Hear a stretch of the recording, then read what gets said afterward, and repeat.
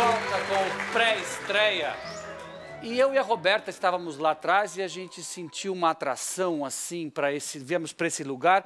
Aí a gente descobriu que nós somos atraídos pela emanação de sabedoria que vinha aqui do júri. Uma emanação douta que nos trouxe para sentar aqui. E se você acompanha conosco o pré-estreia, saiba que estamos hoje na 4ª eliminatória pela TV Cultura. E eu acho que agora é aquela hora que você mostra alguma curiosidade musical para a gente. Eu ouvi dizer que é um instrumento dos anjos, é isso? É, exatamente. Nós vamos falar sobre a harpa. Você em casa, quer saber como se toca uma harpa? Quais são os segredos de uma harpa? Então vem comigo até a Sala São Paulo e fique por dentro.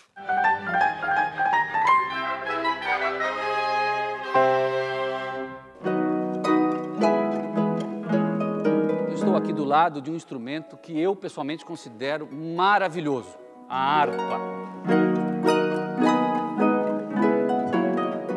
De cordas, usado na orquestra, mas também em formações menores ou até como solista. E estamos também com a Liuba, que é arpista da Orquestra Sinfônica do Estado de São Paulo. Ela veio de Moscou, lá na Rússia, mas já está aqui no Brasil há muito tempo, há mais de 10 anos. E a gente vai conversar um pouquinho com ela sobre esse instrumento sensacional.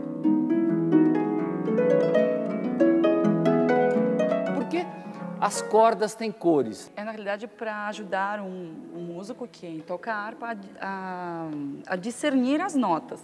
Cordas vermelhas são notas dó. E as cordas de cor preta, ou azul marinho, ou azul mais claro, são fá. Liuba, quantas cordas são? Nessa harpa são 47 cordas. O maior número das cordas que existe. Não existe mais do que isso. Existe, pode ter 46, 45, pode ser menos, aí depende. Em torno disso. Em torno disso, exatamente. Tá. Outra coisa que a harpa tem, e que talvez o pessoal de casa não esteja se dando conta, essa parte aqui, na verdade, ela funciona para amplificar o som do instrumento. Sim, maestra, essa caixa acústica, ela é oca. Dependendo do tamanho dessa caixa, depende também o volume, principalmente das cordas graves. Cordas graves são essas cordas de metal. Ou seja, quanto maior a caixa, mais volume a gente vai ter nas cordas graves. Exatamente.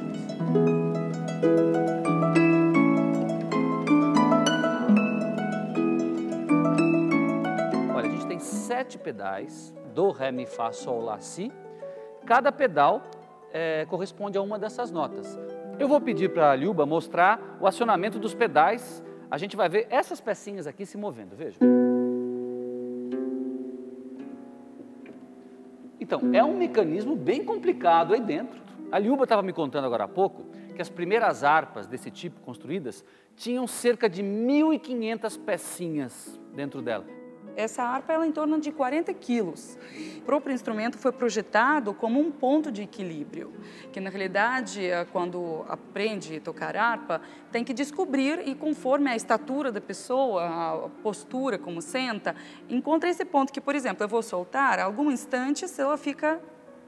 Quase que parada. Quase que parada. Então, assim, precisa de apoio de joelho, 1 ou 2, isso já depende da pessoa, para estabelecer e para não atrapalhar nada a execução, para a pessoa poder mexer. Esse é um princípio fundamental para qualquer músico, qualquer instrumentista. Não se cansar, não usar tensão muscular, né? A gente tem que tocar relaxadamente, seja um violino, uma harpa, um piano.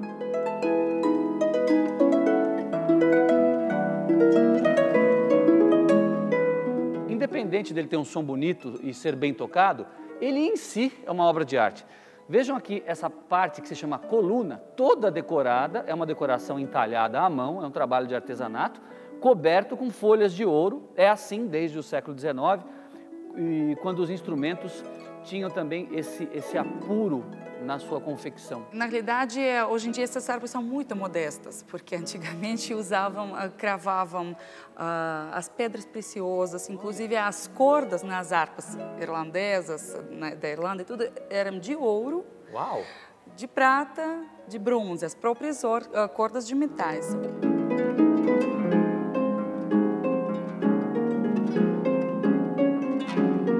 O som da harpa realmente é associado com essa ideia de elevação espiritual, de paz e de ascensão.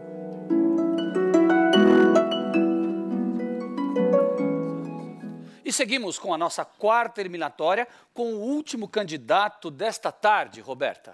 No palco do pré-estreia, o nosso último candidato de hoje, Arthur Marden. Boa sorte.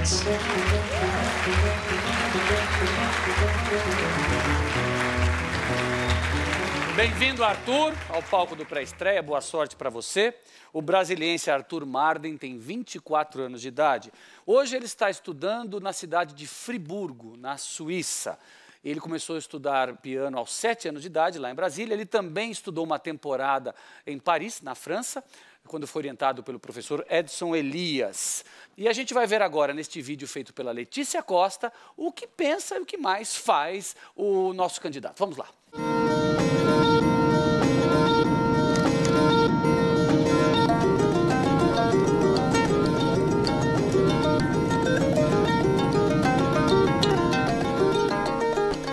É o mais velho de 3 irmãos, o único deles que seguiu na carreira musical, filho de maestro com uma pianista. Conta a verdade, velho. Aposto que você é o queridinho da família. O pior é que não é bem assim, né? O fato de ter seguido na música vem toda uma cobrança por eles também serem músicos, né? Então acaba não tendo muito essa questão de queridinho, acaba sendo mais uma questão de cobrança mesmo. Você acredita que a sua facilidade pela linguagem musical vem do fato de, desde a barriga da sua mãe, você ter tido contato com música? Eu acho. Eu acredito um pouco nisso, né? Tem uma história muito curiosa que aconteceu comigo. Eu estava tendo aula com um professor e ele falou que eu ia estudar uma música. Era um concerto de Mozart para piano e orquestra em Ré menor. E eu nunca tinha ouvido esse concerto na minha vida. Aí quando eu comecei a estudar ele, eu ouvi, eu tive a impressão de que eu conhecia de algum lugar.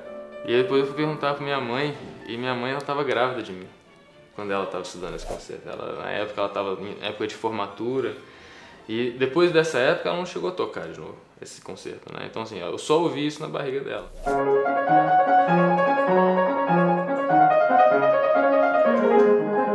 Em geral, a gente não relaciona muito música erudita com esporte. Mas para você o Kung Fu teve e tem um papel fundamental na sua vida e na sua carreira musical. Como que é isso? Foi essa arte marcial que me levou a ter muitas reflexões sobre palco, por exemplo. A maneira como você tem esse desafio, essa face a face com o que você está precisando enfrentar naquele momento. Sobretudo o cultivo de uma outra habilidade que não seja musical me fazia finalmente balanços entre duas coisas que eu gosto muito de fazer, que são diferentes e que têm tudo a ver ao mesmo tempo.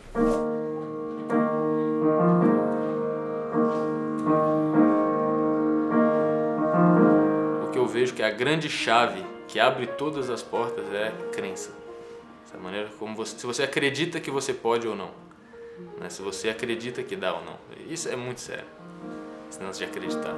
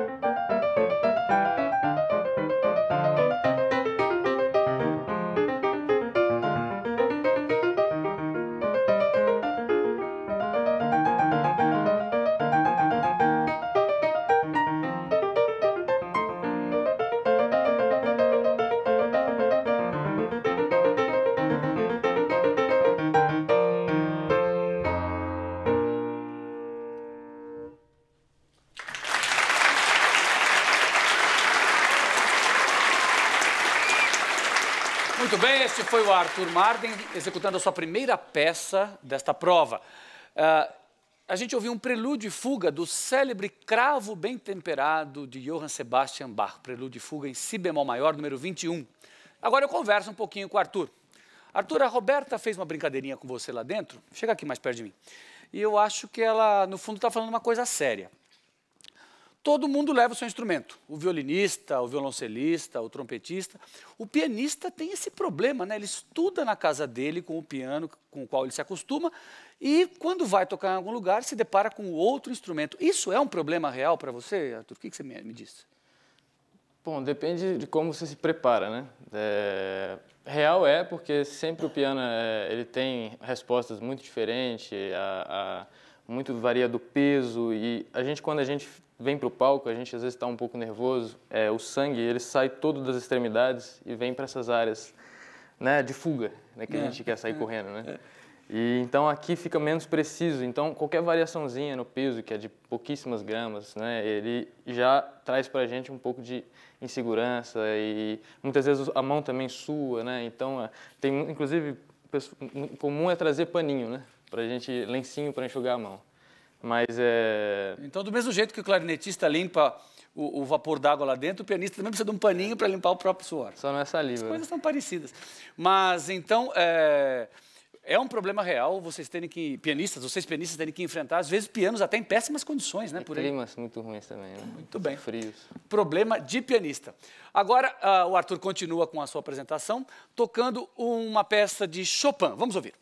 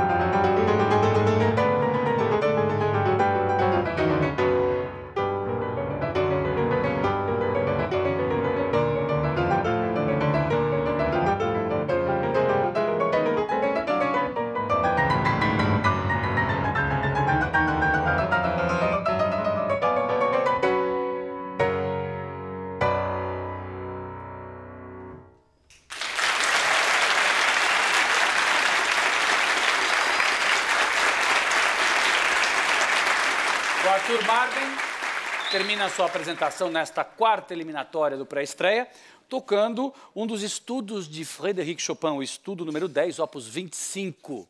E agora, encerradas as apresentações, é a hora em que os nossos jurados vão se reunir e tomar a grande decisão.